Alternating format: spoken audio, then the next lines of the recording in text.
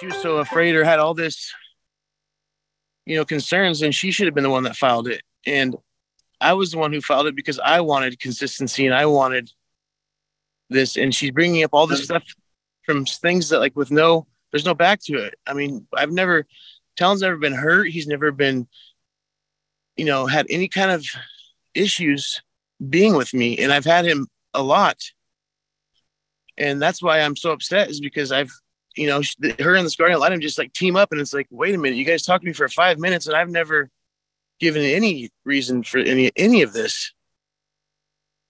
Mr. Yoko, did you read the guardian ad litem's recommendations? There is 4 main points of recommendations, and there's subsection 2 had four specific recommendations as to visitation. Do you have any position on those recommendations? I haven't even read it. She's not told me about anything. I've been in the hospital. Other than that, I don't know what her. Let me go ahead and share it with you, so you know what she's saying. She's recommending that Ms. Geyer have primary custody of Talon, including educational and medical decision-making authority, and recommending phased-in parenting or residential time for Mr. Yokel. She indicates that her recommendation is that Mr. Yokel have professionally supervised visitation up to 4 hours weekly, and the supervisor notes would be submitted to the court and to Ms. Geyer, and that you would have to complete a mental health evaluation and comply with all treatment recommendations, and you'd have to submit for the evaluation and compliance reports to the court and to Ms. Geyer. Same for the substance use evaluation. Comply with treatment recommendations, submit the evaluation and compliance reports to the court and Ms. Geyer. And then it looks like Ms. Geyer fell off, and looks like she's coming back in. So let's get her back in. Okay, Ms. Geyer fell off, but it looks like she's back in. I was just reviewing the recommendations from the guardian ad litem. And then once those aspects have been completed, then Mr. Yokel would be free to petition the court to phase in a lay supervisor or a non-professional and unsupervised visitation. So that's the recommendation from Ms. Turnbull. Right. And what is her basis off those recommendations? I mean, what has been caused that would warrant something like that? So let me ask Ms. Turnbull, did you provide a copy of that document of your report to Mr. Yokel? I mailed it to him, certified in priority mail, and he should have received it no later than yesterday. Absolutely did not receive anything. Okay. All right. Well, I think the approach we should probably take at this point, the motion to dismiss, it's number one, it's not properly before the court. The service was not given to Ms. Geyer, so she hasn't had an opportunity to respond. More so, and more to the point, although any party can move to dismiss, once a case has been filed, the court has ultimate decision making as far as if a case is going to be dismissed. I think there's enough issues here raised by Ms. Turnbull in her report that indicates some concerns and issues related to substance use disorder and also mental health concerns, that it would be improper to grant that motion to dismiss. So I'm denying it. I'm denying that motion, and I've signed off on that order that denies the dismissal. So the case lives on and continues. Since Mr. Yokel has indicated that, Ms. Turnbull, you said you sent it certified, your report to Mr. Yokel. Sometimes you get those little green cards back. It's probably too soon for you to have received that back. Is that correct? Yes, that's correct. Okay. So Mr. Yokel's indicated that he hasn't read the guardian ad litem report. So it's probably best if we were to return to this once he's had an opportunity to review that with Ms. Turnbull's representation that she sent it certified and it's likely going to be delivered at latest either yesterday or today. If we were to set this over 1 week, we could call this case at the top of the docket next week, have a quick review again of the guardian ad litem report. Everybody will have read it at that time, and we could have a more full conversation and finalize a decision on the recommendations. So yeah. That's what I'm thinking we need to do. So that's what we'll do. Thank you. Ms. Geyer, what's your schedule like on the 27th? I work. So,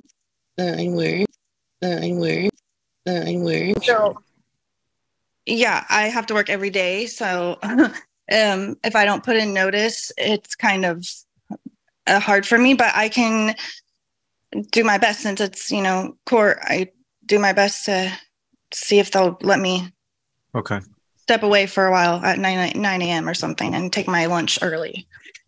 Yeah.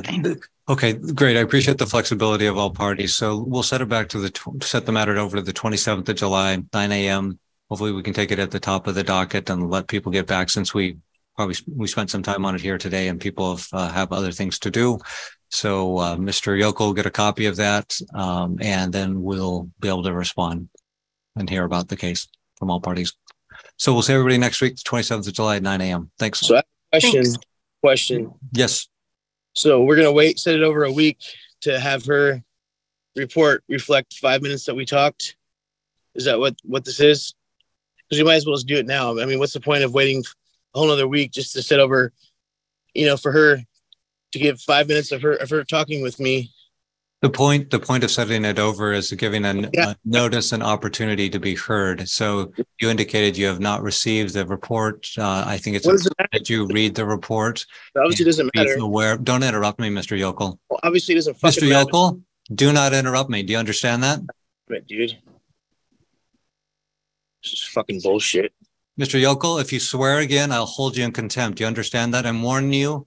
All right. Took care of that himself. Thanks. We'll see everybody next week. We're on today for a couple of different things. There's a 90-day review related to supervised visits and some orders that took place back in end of April related to hair follicle testing and supervised visitation and supervisor reports and the like. So I've reviewed the case file. So just going back a little bit, just so you know where I'm at, I reviewed the April 28th order, which said that Ms. Fedotova needed to get a hair follicle test 4 times in a year. And it looks like, and they counted the first one in December of 2022 as the first one. The second one took place in April. I don't know what the results are on that. There was a third one in the first part of July, and it indicated that it was the hair follicle report indicated that there was no substances detected, although there was an anomaly or irregularity in the report. It said it was Ms. Fedotora as opposed to Fedotova. That's probably what they call a Scrivener's error, but I just wanted to point that out, that it's a different last name. And then there's not been a 4th hair follicle test. And then I also saw that April 28th order indicated that there's to be supervised visitation for 2 hours a week. I've seen the supervisor reports, which have indicated there's been visits in May, 2 in May and 2 in June are the reports that I reviewed. And the indications are that the visits are going very well and that there's building a strong bond and lots of laughter. And so there is a request for kind of a phased in approach to the parenting plan. And there's some proposals and ideas on that. So that's what I know as far as this review, that's kind of those are some of the issues that we're looking at. So with that kind of as a background, I'll hear from Mr. Belden on what your viewpoint is on the current status and where the case is headed and what you want to see. Yeah, we've been communicating and talking, and I've seen, quite a bit of change. And so I'm hopeful. I'm hopeful that we're going to be able to kind of work together. Our daughter is 14 years old, so almost 15. So she's only going to need us making her decisions for her for another 3 years. And I'm really I'm glad that we're able to communicate, and I'm hopeful that we'll be able to talk through it ourselves and take her out the last 3 years until she can start making her own decisions for herself. Pretty hopeful. Okay, thanks. And then what's your perspective on the phased-in parenting plan that was proposed by Ms. Fedotova, where it talks about phase 1, unsupervised visits for 60 days with a Friday phone call to kind of plan for the visit, and then phase 2, the unsupervised visits for 60 days from Friday to Saturday, and then the phase 3 determine when to come back, basically. So what's your stance on that? Yeah, we've had some really good conversations, and I think that's a good approach, and I think that we're going to be able to make that work. Okay. Thank you, Mr. Belden. Do you have any concerns related to I noted that the April 2023 hair follicle test. I didn't get any results. Did you get any results from that hair follicle test? Not that I'm aware of, but I would have to check my emails and make sure I didn't miss it. Okay. And do you have any concern that when the order was issued, basically it said that there needed to be hair follicle testing for an entire year, and that was back, basically starting in December, and we're not quite to December. We're mid July. Any concern that there's not that entire year that was contemplated when the order was entered back in April? I think a lot of my concerns have been alleviated. I'm willing to. Ariana's got 3 years left until she's 18, and I want her mom to be in her life. I see that she's really trying hard. I see that, seems like everything that she's needed to do, she's been willing to do it. And so I don't want to make this harder than it needs to be. Like I said, I'm really hopeful. It seems like she's really been doing what she needs to do. And so I want her to be able to see Ariana, and I want them to have time together. So yeah, at this point, I don't want to make things hard just for the sake of them being hard, or hold on to a plan that was made for safety, but that I don't feel needs to be in place. And like I said, I could look backwards at history and hold on to everything out of fear, but I really have seen progress, a lot of it. So I don't think that it's necessary to hold on and hold people to a standard that was made for safety when I see things being pretty safe. Thanks, Mr. Bolden. I appreciate your clear communication. Thank you. Ms. Fedotova, so it sounds like Mr. Belden doesn't have he has lots of hope. He's noticed a lot of changes, and that it sounds like there's no opposition to your proposed parenting plan. So I'll hear from you. Yes, Your Honor. Like Mr. Belden said, we spoke.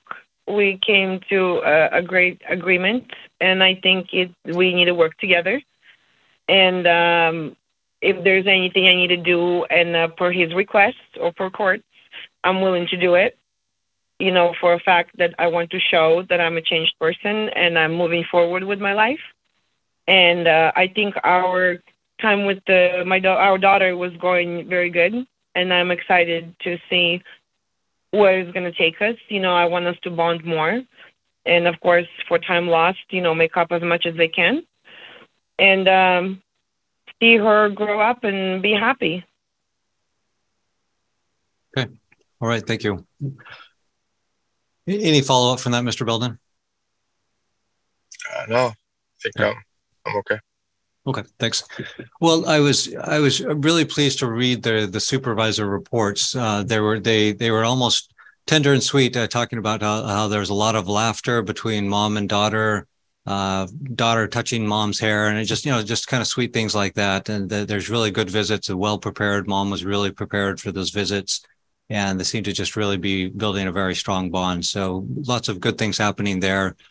Certainly, I tend to agree with what Mr. Belden indicated, that this order was put in place as a plan of safety to protect Ariana, and that there's been significant changes. And it's hard to gauge, in the future looking, how quickly a person is going to change, or how quickly safety concerns can be addressed and kind of put to bed. So it sounds like there's been a good progress being made by Ms. Fedotova, and I just commend both parties for your communication with each other and the good efforts that you've made to focusing on your daughter appropriately. So both of you. So I'm fine with the proposed parenting plan that's been set forth by Ms. Fedotova, that in phase 1, unsupervised visits for a period of 60 days with the Friday 1-hour phone call. It sounds like you're all working fairly well as far as a time frame on the Friday for the phone call. Mr. Belden, is one time better than another? I'm really open to just having, I think we can settle that. I don't see any issues coming from it. Okay, great. So I'll order that, and then the visit will be Saturday from 9 a.m. to 6 p.m. And any objection to this starting this weekend, this Friday and Saturday? Yeah, we've already kind of worked it out. Yeah, like it's pretty much I kind of feel like a third wheel right now, but that's okay. Which is good, which is really good. So I'll adopt it. The unsupervised visitations in phase 2 will be for a period of 60 days, Friday at 4 p.m. to Saturday at 4 p.m. And then the phase 3, the parties can note it up. And if you wanted to have a kind of put a different parenting plan in place, if you can agree to something, certainly you can submit that. A lot of times people will move on with their life and just things are working well and they're communicating well. And so they'll just rest on that prior parenting plan and they'll basically adjust it. Now the prior parenting plan will be a baseline that if there's any issues then or disagreements, then the parties would go back to that baseline. But otherwise the parties are free to parent your child in the way you deem is appropriate and best for your girl. So I will adopt that. As far as the decision making, there was a proposal by Ms. Fedotova that I believe, and you can correct me if I'm wrong, Ms. Fedotova, that you indicated in your proposal that Mr. Belden should have the decision making authority related to education and medical. Is that accurate? Did I get that right? Yes, Your Honor. Okay. All right. Okay. And one thing I think is important to note is that I think there has been improvements with Ms. Fedotova, and also that the child is 14 years old. So if she notices something is amiss with mom, I'm certain she can, express that to dad or others. And if there's any issues that those can be addressed. So I'm not going to require any additional hair follicle testing following the nod by Mr. Belden. And I'll just draft up that proposed parenting plan and send it off to the parties. And let me make sure I have appropriate addresses for the parties. The clerks pointed out just one important aspect. As far as the proposed parenting plan, there needs to be a finding of adequate cause. That there's basically been sufficient reason to change the parenting plan. I'll make that finding that there is adequate cause, which will allow the parenting plan to be modified as proposed by Ms. Fedotova. So I have an address in Vancouver on North. All right. I will send to each of you a copy of today's order, which adopts the proposed parenting plan by Ms. Fedotova. And I'll sign that and get you copies. Anything else to address today, Ms. Fedotova? No, I'm just looking forward to work with my daughter's father. And thank you so much, Judge. I appreciate it. Okay. Mr. Belden, any final issues from your perspective? Nope. Okay, great. Thanks to you both. Appreciate that. Appreciate all the effort you're focusing in on your daughter. Good work. And bear with me just 1 second. Thank you. Thank you. And it looks like Ms. Hall's her name has changed, so it's Tiffany Fike. Is that correct, Ms. Fike? Yes. Okay. All right. I apologize for that. Okay. And so you're present. Welcome to you. And Mr. Sorensen, are you on the line? Yes. Okay. All right. Welcome, Mr. Sorensen. All right. Today it looks like we're on for 2 separate matters. One matter is Mr. Sorensen's motion for contempt related to the parenting plan. And then Ms. Fike has filed a motion for adequate cause and a motion to modify the parenting plan related to the 14-year-old son. Yes. So what I'd like to do first is address the contempt motion first. So Mr. Sorensen, you're the moving party in that motion. So you can lay out. I've read the pleadings that both parties have submitted, and they were not short. So I read all of them last night. So I read everything that you have submitted, and so I'll hear from Mr. Sorensen first, and then we'll hear Ms. Fike's response to the motion. Mr. Sorensen. Your Honor, I'm here today to hold contempt to regain my. Oh, Mr. Sorensen, I apologize to interrupt. Just as you guys are statements, so I filed and asked for the parenting plan. So, Mr. Sorensen, when you first started speaking, your audio was terribly garbled, and it was just little bits and pieces, and then it started speeding up and kind of putting everything together again. So I missed pretty much everything that you said at the beginning. Okay. Basically, I'm here for contempt as the parenting plan was not obeyed. Um, Okay, let's give that a Okay. shot. And I apologize if you want to give it a third try. Go for it. the parenting plan was not obeyed. Violations are as follows. Did not follow residential schedule in section 8, paragraph B. I was denied visitation 625, 677. Oh, I'm going to interrupt Ms. again, Fike, Mr. Sorensen. I apologize. The quality is slightly improved, but it's really hard to hear. I'm wondering is there a different device maybe that you could zoom in on and see if that has a better connection, or maybe just disconnecting and reconnecting? Because right now it's exceedingly hard to understand. Can you hear me? Yeah. Okay. Phone seems to be working a lot better and it's much more clear. So I'm ready to hear your comments related to your motion of for contempt. Your Honor, I'm here today to hold Ms. Fike in contempt and regain my residential schedule with my son. As you can see from the filed statements, what I have filed and asking for. The parenting plan was not obeyed by the mother, and the violations are as follows. Did not follow the residential schedule in section 8, paragraph B. I was denied visitation on 625, 626, and 77. Ms. Fike disparaged the parent, myself, in front of the child, which occurred on 625 pickup day, which violates section 14 paragraph restrictions in the parenting plan, where she discussed adult issue matters, badmouthed me and my wife, and slandered me, used profanity towards me, refused my visitation, and kicked me off her property in front of our son. She asked the child involved to make decisions or requests involving the residential schedule, with which violates section 14 paragraph restrictions. Ms. Fike and our son clearly discussed changing the residential plan. Ms. Fike requests our son to discuss and to make a decision on attending visitation where he chose not to.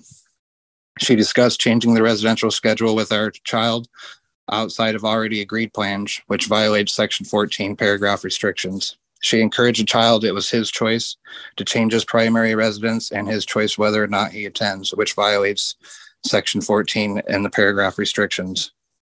She did not construct a regular and consistent responsiveness and cooperation during refusal of visitation, which also violates the section 14 with restrictions.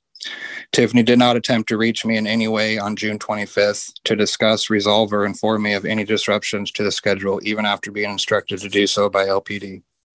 She tells my child he does not have to attend visitation, that she is not going to make him, goes and files a plan for supervised visits, and tells me he should stay with her until the 20th. Then, after being informed of contempt, states she can't physically make him go.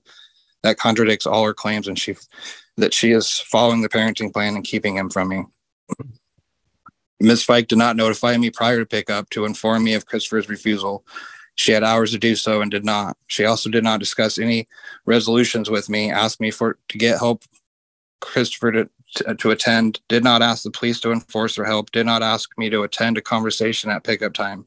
Instead, she had Christopher contact me, inform me he was not attending visitation 4 hours before visitation was to occur. She had plenty of time to contact me during the 4 hours before pickup time to occur and didn't. I attempted to contact Ms. Fike and she denied both phone calls, which puts our child in decision making. I had no choice but to contact LPD for help.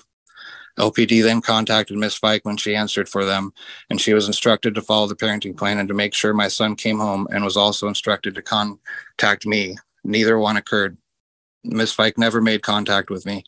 After being informed by Christopher he was not to attend visitation and speaking with LPD, I attempted to pick Christopher up that evening. I was met at the door with Tiffany trying to facilitate an ambush against me in front of my son and Coach Christopher, not once telling Christopher he is to attend visitation and go with me, or to get in the car, which should have been the only issue we were discussing. Instead, she was allowing my son to tell me he is not attending and he shouldn't have to, with his mother in agreement. That she is not going to make him. Christopher was disrespecting me and defying my wishes to get in the car. She also instructed me to read a letter Christopher wrote to the courts, not to me, but to the courts. I read the first few lines and it was talking ill about me and my wife and tired of having to obey our rules, again placing him in the middle of involving him in court decisions. She wanted to control the narrative and shame and slander me in front of our son. It was a non-constructive environment, not suitable for any discussion. I ended up being told by Ms. Fike to get off her property and to leave without my son. I tried the following day to get Christopher and was met again with text from Christopher that he is not attending. I tried calling Miss Fike, who did not answer, and received text that she is not going to make him. I tried to regain my visitation on the second week I was to have Christopher. I set up counseling for him to attend and tried to contact Miss Fike that Christopher needs to attend visitation. She did not want to hear anything about it. She refused communication about the second visitation to start on 7/7. I did not in any way approach Miss Fike combatively or maliciously. I simply informed her Christopher needs to come home, attend counseling, and offered a non-conflict way to get him home. She ignored my text. The following day, however, she threatened harassment charges on me if I were to continue talking about receiving my son. She told me we needed to wait for court and that Christopher should remain with her until then. I contacted LPD, who tried to get Miss Fike again to follow through with the parenting plan, mentioning multiple times it's in her best interest to do everything possible to follow the parenting plan, and she told them as well she was not going to force Christopher to go.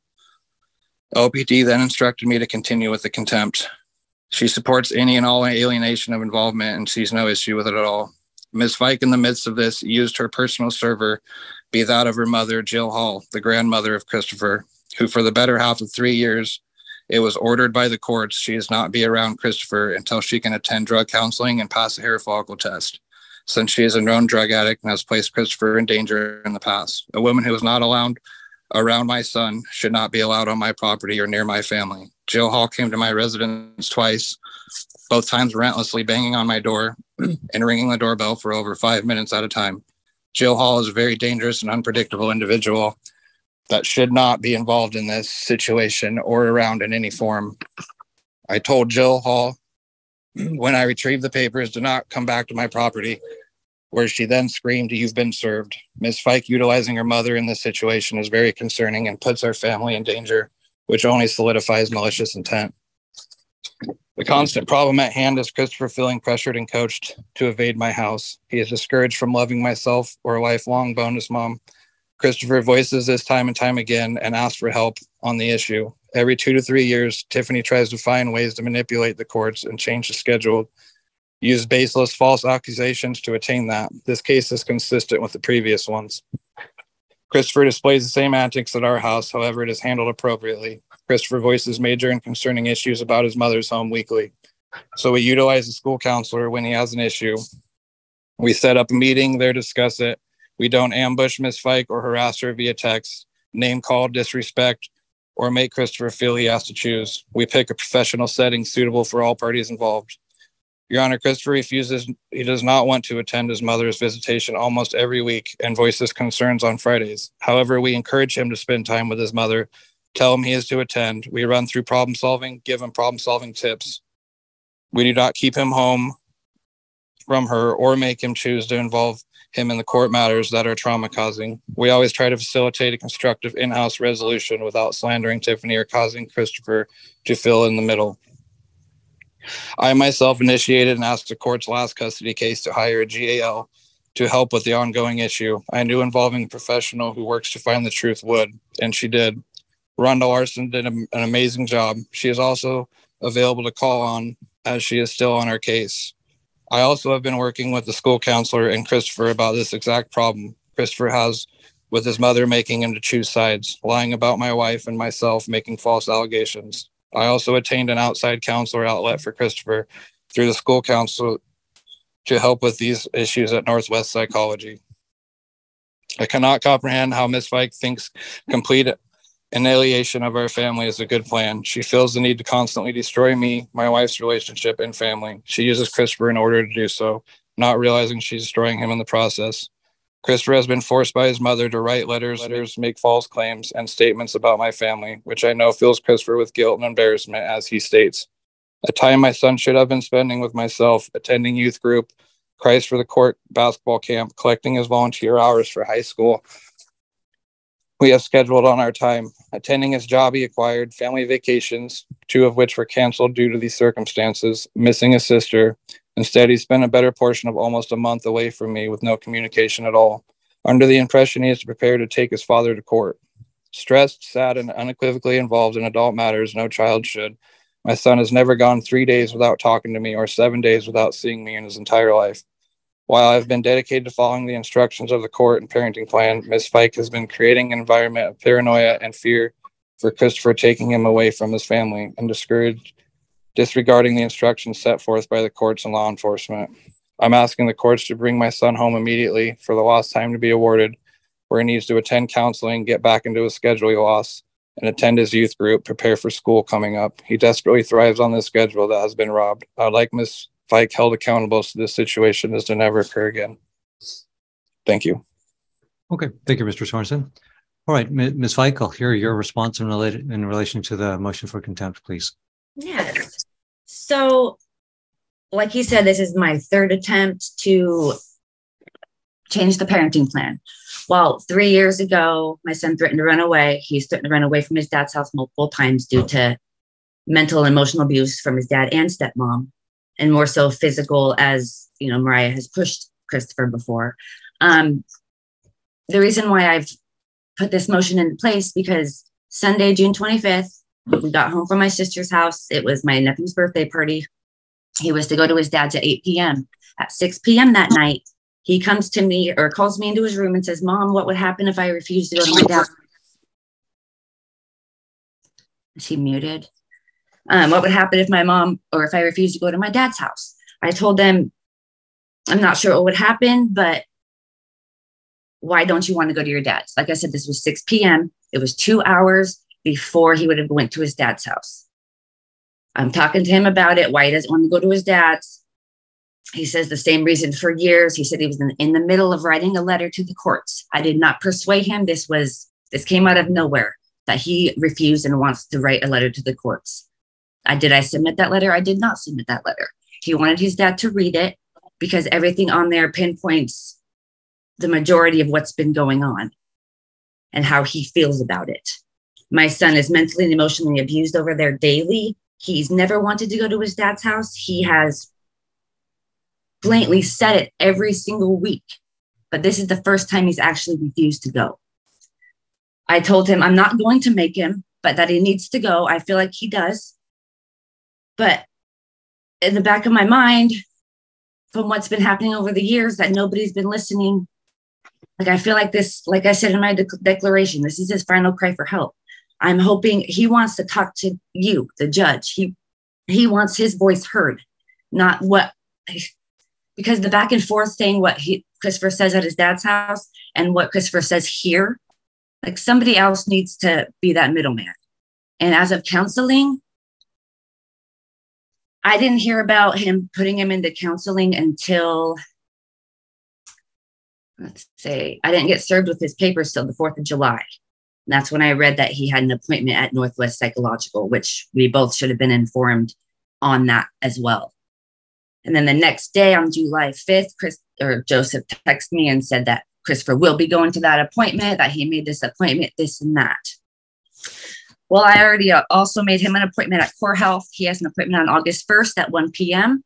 Christopher filled out the intake. Christopher filled out all of the questionnaires as it's his counseling session, and he turned it in. So my question is, why or how did he get that appointment with psychological without talking to Christopher about, or having Christopher fill out the child intake? Because that's what that other courthouse says, you know, it's for him. Since he's over the age of 13, teens have a little bit more rights than parents know of. And I said, okay, that makes more sense. So I read the child and intake form that would have been filled out for psychological. And one of the questions were, for you as a parent, why do you think that your son needs counseling? Well, I'm not sure what they put on that piece of paper, but my son is refusing to go to his dad's house. So whatever they put on that paper is what they're telling you. So my thought is Northwest Psychological already has a different version of what Christopher's really going through because his dad wrote whatever he did on that paper. The intake that Christopher filled out for Core Health is all of his words, all of his answers, all of everything for Christopher. I didn't even read it. I just took him to turn it in. Like all that is, I didn't read it because I want people to realize I'm not the one making him do this. I'm not the one bringing court into him. I'm not the one who's bringing any of that up. Christopher is pretty much fed up. And what happened at the airport after his his DC trip with his stepmom, I think that might have been the last straw, because it's just too much. I'm really hoping that somebody's actually going to listen. It's not me holding Christopher away from his dad. It's Christopher refusing to go. As my part, yes, I should force him. I'm not going to physically force my son to go somewhere where he's not safe or doesn't feel safe until somebody else says so, which I feel counseling is going to make that tremendous leap. And or talking to the judge or getting that input, because Christopher is suffering. He's almost 15 years old. We've been going back and forth to court since he was little because of everything Christopher has told me. And everything I've written is what my son tells me. I believe him 100%. 100%. Regardless of what people say that he's embellishing stories to get the parents to believe what they want to believe. That is ridiculous, because he's still refusing to go. With Joe saying that they haven't been in any contact, Christopher has a phone. He hasn't even tried to contact his son to even ask him why he doesn't want to go. He still hasn't asked him why. He could have put that effort into talking to his son too, because he has a phone. But regardless, I've never ignored his text messages. All the police says their advice is to go with the parenting plan. And I told them I was doing that as best as I can. 6 p.m. is when Christopher brought that up to me about refusing to go to his dad's. I get a call from LPD by 6:20 because Christopher also says, oh, and I text my dad I wasn't going. I never told him to text his dad. He did that all on his own. 6:20, around that time, Joe calls me. I didn't answer because I was in the middle of a discussion with my son trying to figure out why he doesn't want to go, because he had till 8 p.m. to go. So I'm trying to talk to my son. So then he calls the police and says, I'm not responding. So the police call and I explained to the officer, yes, that I didn't answer his phone call because I'm in the middle of talking to my son about why he doesn't want to go to his dad's house. So that shouldn't be put on me because I didn't answer his phone call. I'm trying to get down to the bottom of it. And he just, nobody's listening. I don't know. When he came over after, Christopher saying you're not going, Joe shows up around 7:55 that evening, demanding Christopher to come out. Christopher's sitting on the chair. He would not come out of the house. I'm like, Christopher, you need to get up. Christopher, you need to come talk to your dad. It took my husband telling him, Christopher, you need to get up. Go talk to your dad. He got up, went to the door, did want Christopher to read that, or Joseph to read that letter that he did write. He did admit to the police that he only read the first sentence or two and nothing was slandering or anything about anybody. He didn't even get to read the letter. And with my mother, who's, it's been 3 years since 3 years ago, Joe and Mariah brought my mother up in our custody case for some weird reason, because my son and my mom are inseparable. We're inseparable. My thought is they brought my mom up into my court case because they didn't have anything to go against me. Long story short, Judge Basher ordered for her not to see my son in person. They can still contact, FaceTime, and talk on the phone until she does what she was supposed to do, which I did submit the hair follicle tests and stuff too. I'm hoping to address that at this court date as well. My mother has always been the person who serves for me. That has nothing to do with my malicious intent, because I don't have anybody else willing to go over there because of how they are. And my mom's the only one willing to do it, then I need to serve. And I'm not going to pay $40 for a sheriff to do it because that's ridiculous. My mom banging on their door 5-10 minutes at a time, that's because you're not answering and she's trying to serve you papers. Long story short, everybody is trying to pinpoint all this on me when I hope people open their eyes and realize my son is in not a very good place. He is very sad. He's depressed. He wants people to listen. He's tired of nobody hearing his story.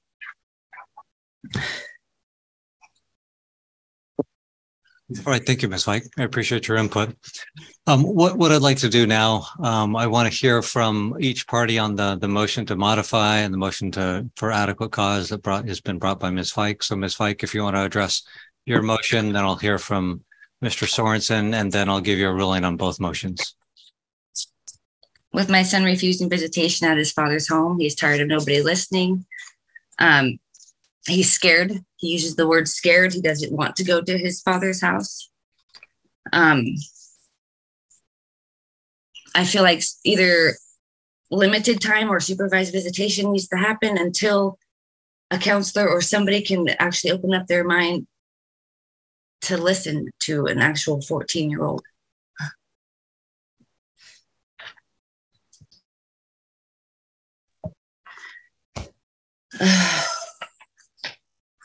Okay. Any additional input other than the pleadings and then those comments that you made there? No, I mean, I'm sure there is. I'm just, there's a lot. I'm drawing a blank, and I apologize. Okay. It's okay. I read your pleadings, and I read Mr. Sorensen's pleadings. So, Mr. Sorensen, I'll hear from you on the motion for adequate cause and modification of the parenting plan. Well, as right now, I am in the middle of trying to seek counsel for that. I have a meeting on the 15th. Is the soonest that I could get in to talk to counseling about, or to an attorney about if I need to acquire an attorney for that or not. Yeah, the motion is properly noted for today, and we're hearing the motion today. Okay. And then can I go back as far as the counseling that I have set up for him on the 26th? You can touch on that briefly. Go ahead. I did not give an intake. The appointment for the 26th is for Christopher to go there to do the intake. I didn't answer any questions or anything. I made the appointment for him to go to there to do the intake. So I just want to make that clear that I didn't answer any questions for Christopher or spoke for Christopher. I just simply made the appointment for him to go and to do the intake himself. Thanks. Okay. Do you want to address the motion for adequate cause and modification? As far as the adequate cause, I feel that this has kind of been an ongoing thing, as I stated in my statement for the contempt. I mean, I've hired a GAL. The GAL has you said you've read through it, so you've read what her report. We're kind of running into that same thing to where Christopher is playing both sides. So just so you're aware, Mr. Sorensen, I did not read all 222 filed documents in the file. I read all applicable and relevant motions related to the two motions today. So I see that Ms. Larson filed the guardian ad litem report back in January of 2020. I have not reviewed that. Okay. She had found what her findings were is everything that I'm stating, that Christopher was found to have to choose sides over at his mother's house, and that he is involved in adult conversations and in these court matters. I feel like, I mean, that's all we have is Christopher's best interest. And right now, I have a lot of rules. I mean, I hold him accountable, and he gets away with a lot more at his mother's. So it's kind of Disneyland versus somebody that has, I have rules. Okay. All right. Thank you. Okay. So at the outset, it's, Christopher is, he's at a really interesting age. He's 14 and sounds like he's almost 15 years old. And it's a tough place to be as a teenager. Number one, it's a tough place to be for a teenager caught between two homes with different parenting styles, it sounds like, and different approaches to parenting. So here, the motion is brought by Mr. Sorensen for a motion for contempt related to the June 25th visitation. The parenting plan calls for a 50-50 plan, roughly. Well, it's a 50-50 plan with exchanges on Fridays. It sounds like the parties have kind of modified that a little bit to make it easier on them for whatever reason. So that's the motion. The indication is that Mr. Sorensen indicates that there was a refusal of Christopher to come to the visit. There's an indication by Ms. Fike that Christopher has some thoughts about what's happening, what he wants and what he doesn't want. And there's an indication that there was not a clear push or edict, if you will, or direction from Ms. Fike that he needed to go with his dad. Her focus tended to be more on listening to what he had to say Dad's focusing to be more on there's a parenting plan and we need to follow that.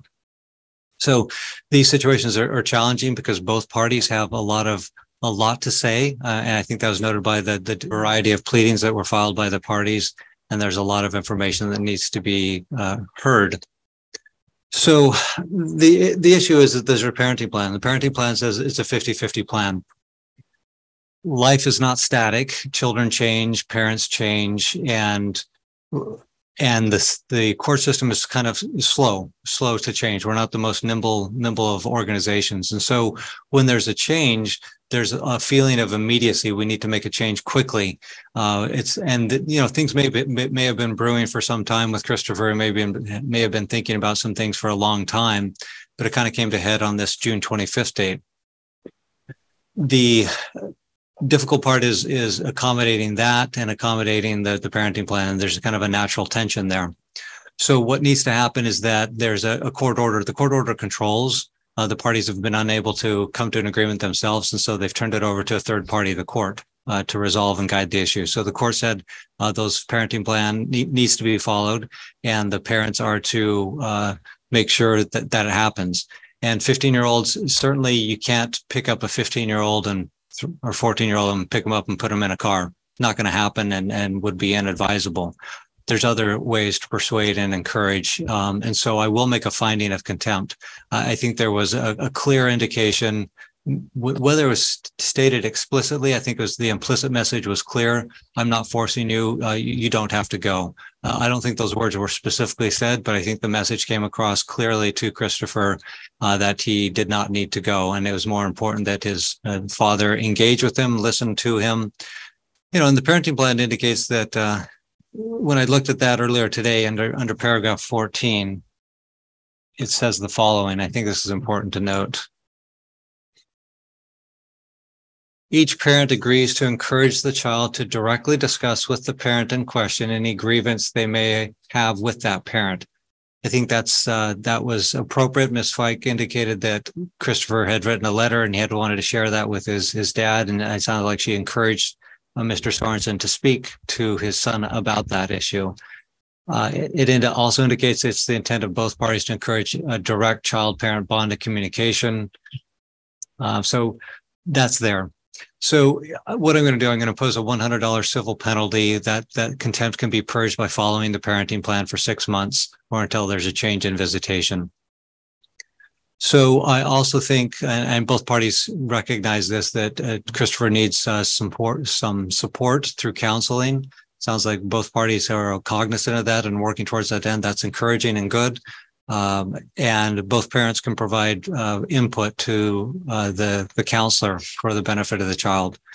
So there's 2 counselors. I don't know if I need to rule on which counselor is going to go, who Christopher is going to attend with. A lot of counselors, it's a personality fit, and sometimes it's you meet with one counselor and it's just not a good fit. So I'm going to leave it to the parties to figure out which counselor he goes to, but he needs to be seen by a counselor. He needs to have that outlet. I'm also going to order this because I think both parents here have a lot of information to share, and there's a lot bottled up that's just needs to come out. So I think I'm going to require both Mr. Sorensen and Ms. Fike to engage themselves with the counselor for at least 3 sessions to discuss how your actions contribute to the situation. It's going to be a self-focus, self-reflective to better determine how you are contributing to the issue. I'm also going to require, I'm going to appoint a guardian ad litem. So the guardian ad litem can interview and speak with Christopher so his voice can be heard, and then both parents can have their opportunity to be heard also. That guardian ad litem's duty is simply that, to address the issue of a 14, almost 15-year-old boy as far as residential schedule. That's the sole focus.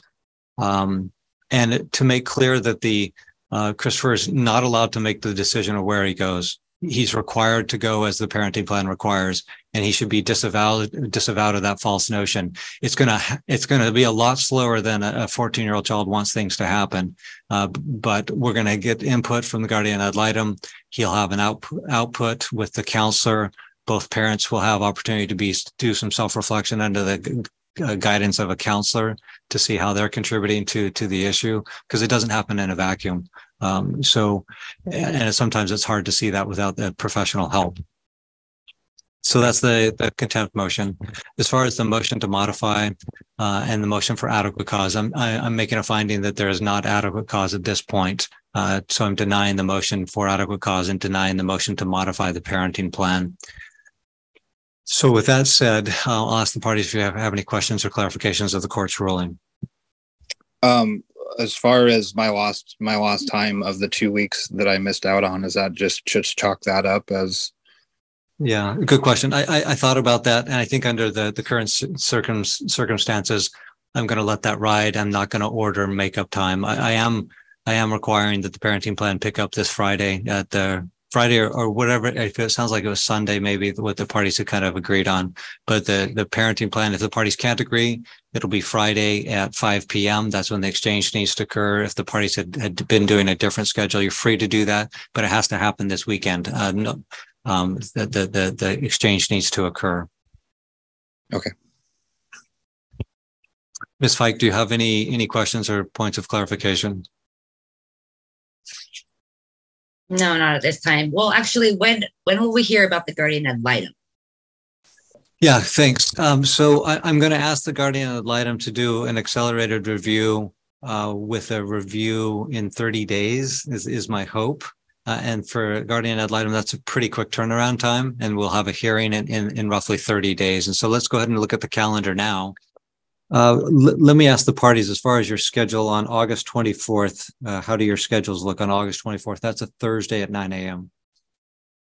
I'm recovering from back surgery, so I'm pretty free. Okay, Ms. Fike? That's fine with me as well. Okay, we'll set it for that day. And then the guardian ad litem, it was mentioned Ms. Larson, and do the parties know if she was formally discharged from the case? He told us that this was her last case and that she was retiring. So I have no idea. She was never discharged, but I don't believe that she is doing child ad litem work still. But right. She is still technically, I think, when I reached out to her, she said that she is still on the case. Yeah, I don't think she's been formally discharged, and I think she's no longer on the guardian ad litem, what we call the registry. So she's not accepting new cases. So Madam Clerk here has a list of the next 3 available guardian ad litems. Each party has the opportunity to strike or get rid of one of the guardian ad litem that have been presented. So I'll give you that list, and then each of you can tell me what your thoughts are as far as what your preferences are as far as striking. Their names are Twyla Corey. Okay, Twyla Corey. Keith Lawrence. And Heather Kale. And Heather, last name? Kale. It's Kahl. And Heather Kale. So those are the 3 proposed. So with Ms. Fike, you're the petitioner. Do you want to strike any one of those 3? I mean, no. Maybe the second one. Keith Lawrence? Yeah. Okay, we'll strike him.